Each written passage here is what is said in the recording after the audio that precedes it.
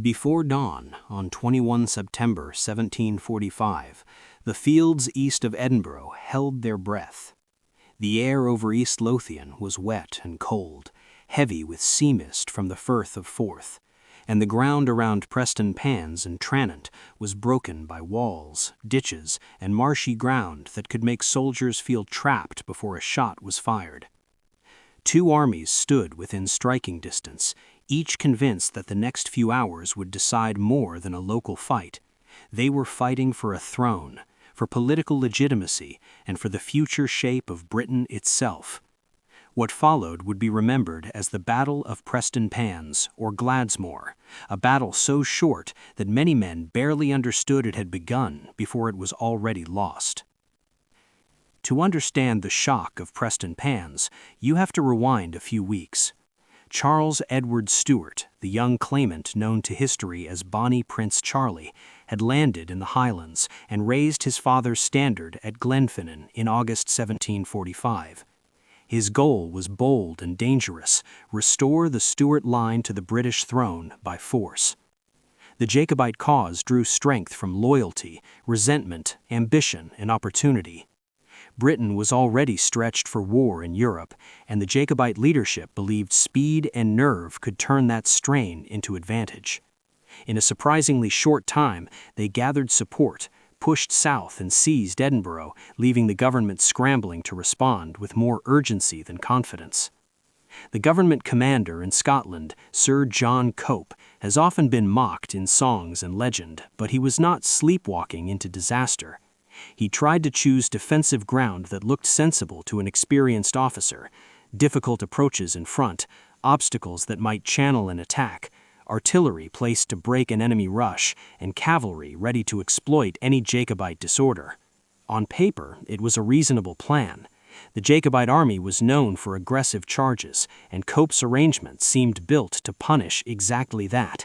If they came straight on, they should be shredded by gunfire before they could close. But battlefields are solved less by paper than by people and place. The Jacobite army was not a single smooth machine. It was a coalition of clan regiments, officers with different instincts, and a command circle balancing boldness with real disagreement. Among those shaping decisions was Lord George Murray, one of the most capable field commanders in the Jacobite cause. Facing Cope's position, Jacobite leaders recognized the obvious danger of a frontal assault. The marshy ground and gun lines made a direct attack look like suicide, yet they also knew that terrain can hide opportunities from anyone who does not know it intimately. As evening turned to night on 20 September, the battle became a contest of interpretation, not just who had the stronger line, but who understood the ground better in darkness.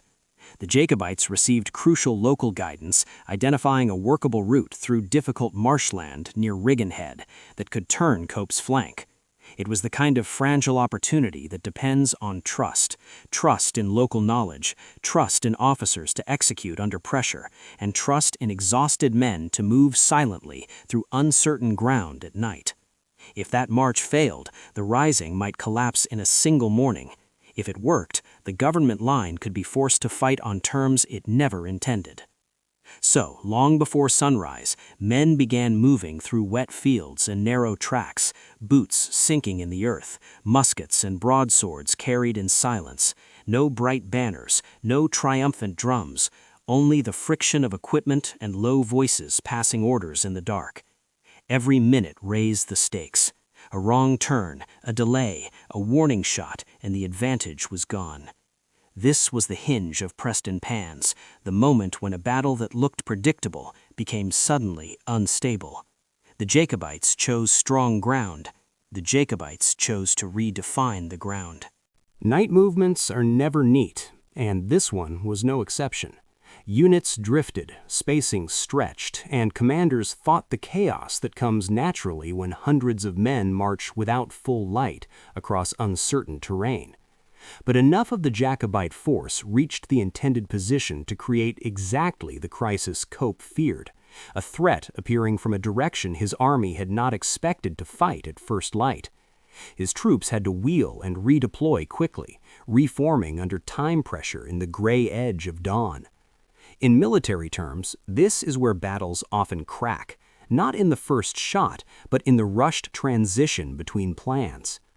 By around dawn, Cope's army had turned to face the Jacobites on new ground.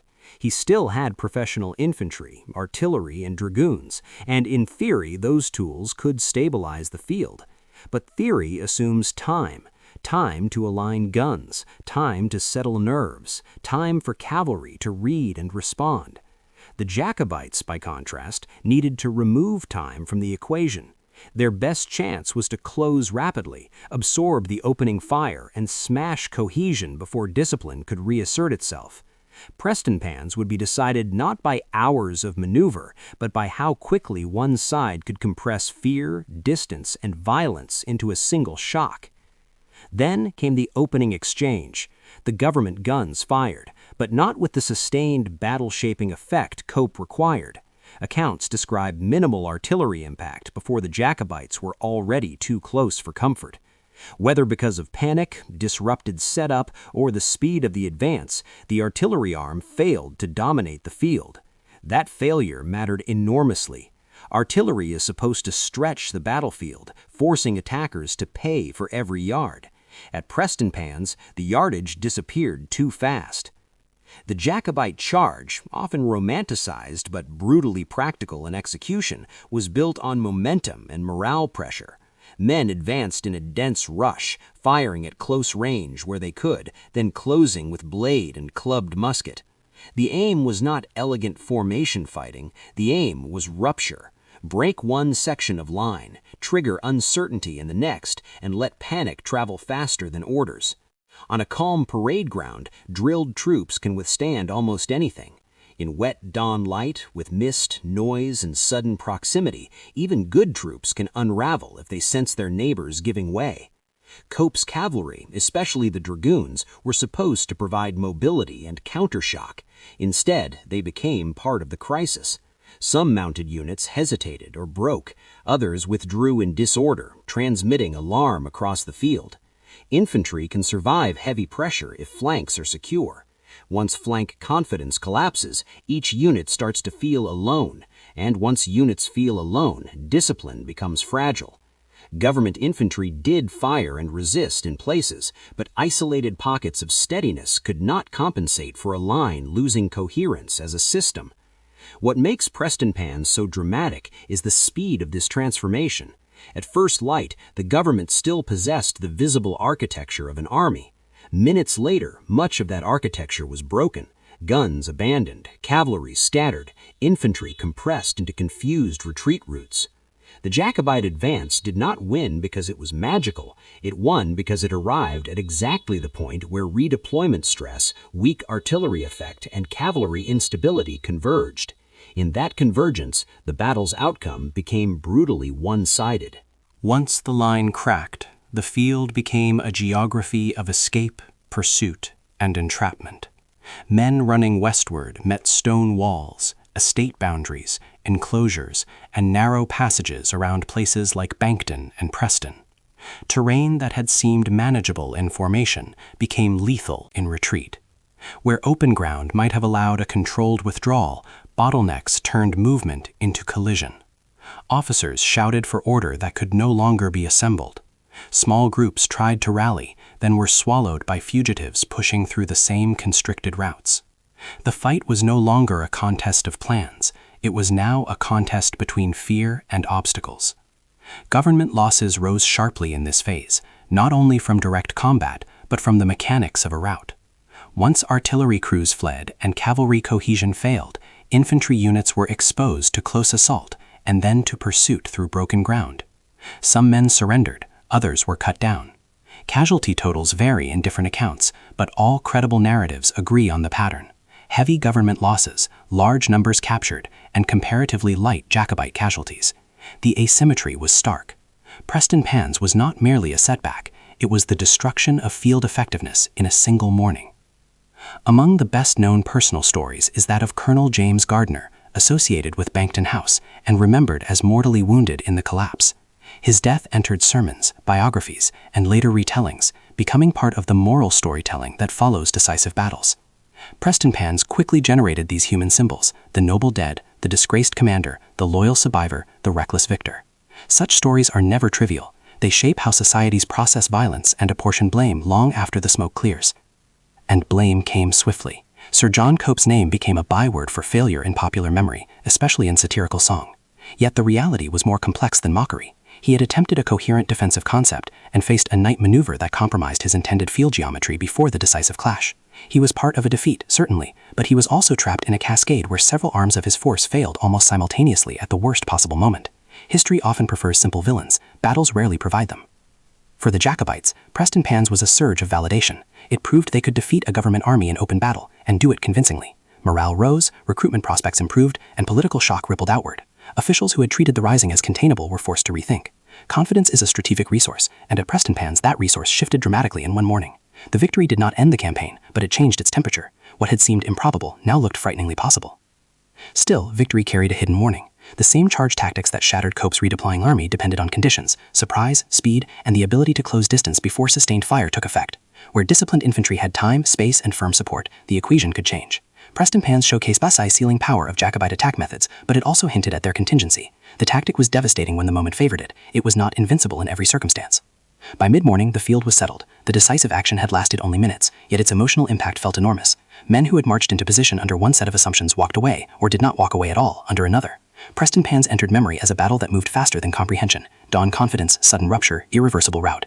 It became proof that military outcomes can pivot on one local path through marshland, one failed attempt to stabilize a flank, one moment when fear outruns command. The immediate strategic consequences were profound.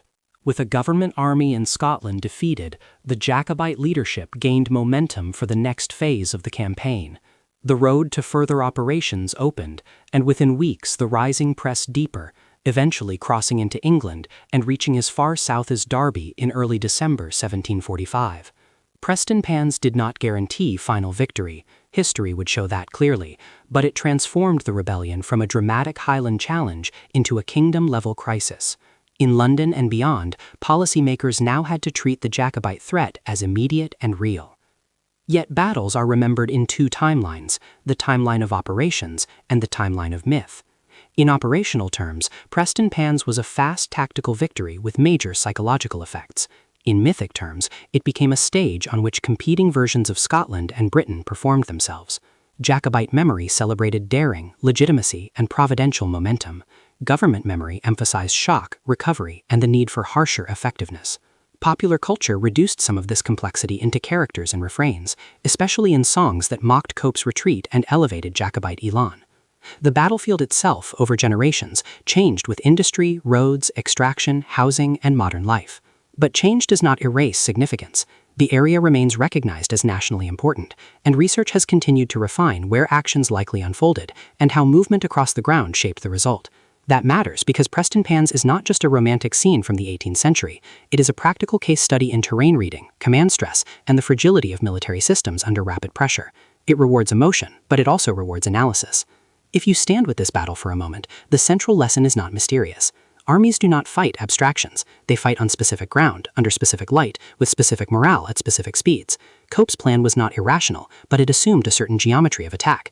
The Jacobites altered that geometry at night. Once the morning began on altered terms, each subsequent failure amplified the next. Weak artillery effect encouraged aggressive closure. Cavalry instability undermined infantry confidence. Broken confidence turned retreat routes into traps, and trapped retreat converted defeat into disaster. The chain is clear, and it happened almost faster than language can keep up.